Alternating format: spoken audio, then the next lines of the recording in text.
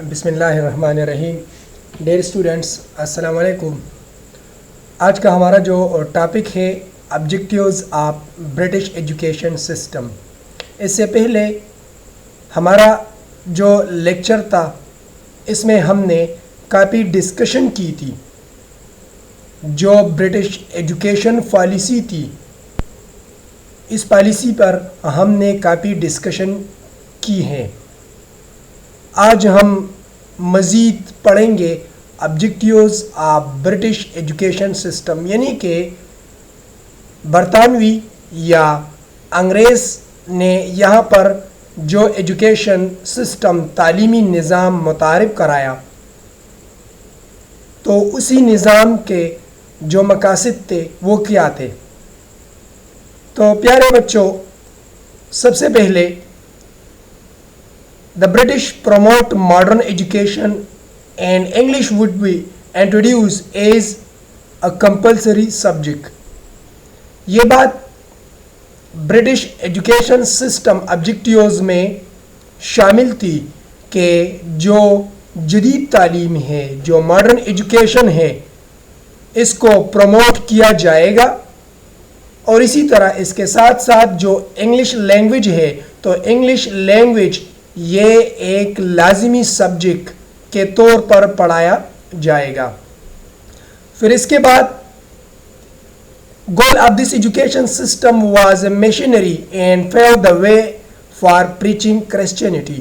یعنی کہ یہاں پر برٹش ایجوکیشن سسٹم انگریز کے نظامی تعلیم کا ایک اہم مقصد یہ بھی تھا کہ یہاں پر عیسائیت کی پرچار کیا جائے، عیسائیت کی تبلیغ کیا جائے. یہ بھی برٹش ایجوکیشن سسٹم کے آبجیکٹیوز میں شامل تھا. جبکہ اس کے ساتھ ساتھ British were afraid of the Muslims and their religious institution were a challenge to them. British جو تھے یعنی انگریز جو تھے وہ ڈرتے تھے مسلمانوں اور مسلمانوں کے دین سے. اسی طرح مسلمانوں کے جو دینی مذاہب والے جو انسٹیٹیوشن تھے، جو دینی مدارس تھے، یہ برٹش کے لیے، انگریز کے لیے ایک چیلنج کے طور پر نمایاں تھے. لہٰذا انہوں نے یعنی برٹش نے اپنے آبجیکٹیوز میں مسلمانوں کے دین اور دینی مدارس کو بھی ٹارگٹ بنایا.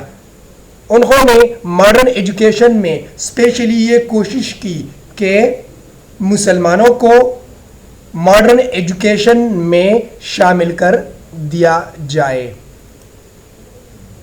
پھر اس کے بعد education necessary for organize civil services, یعنی کہ انہوں نے جو سوچ اپلائی کی تھی، انگریزوں کے جو مفاد تھے، انگریزوں کے جو مقاصد تھے کہ ہمارے لیے British mind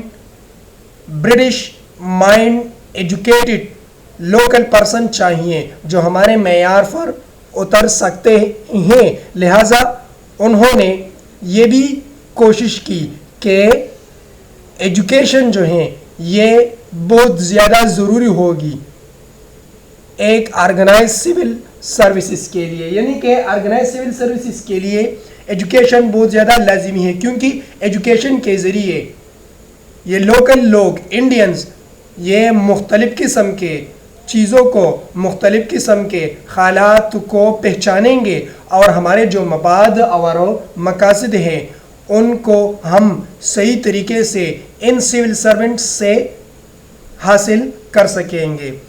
The aim to produce good servants to run civil services with the help of local educated people according to the wishes of British.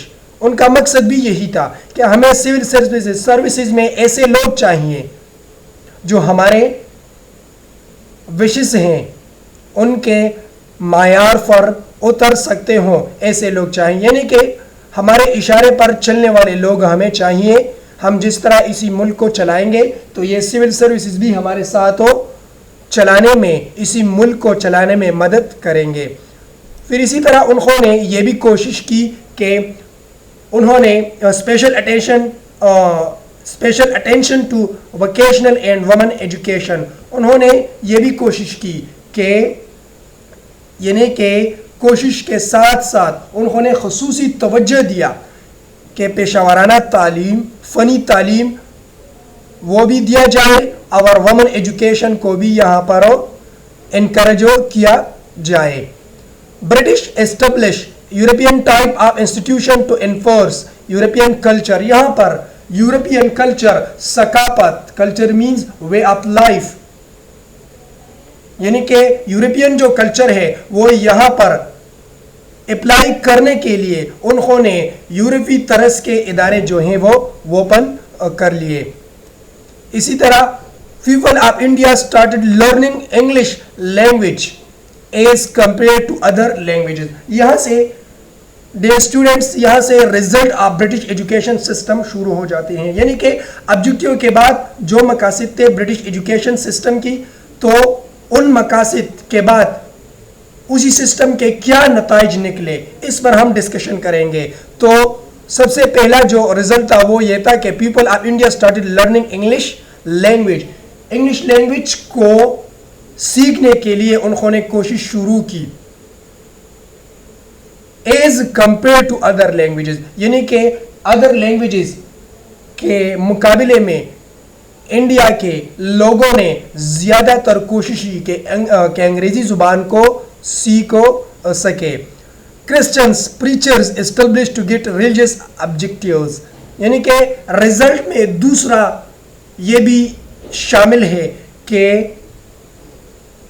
عیسائیت کے جو پرچار والے لوگ تھے، تبلیغ دینے والے جو لوگ تھے، وہ بھی سامنے آئے تاکہ کیا کیا جا سکے، تاکہ جو مذہبی مقاصد ہیں برٹش کے وہ حاصل کیا جا سکے. اور اسی طرح Muslim education system was indirectly targeted, مسلمانوں کے تعلیمی نظام کو بھی ٹارگیٹ کر دیا گیا.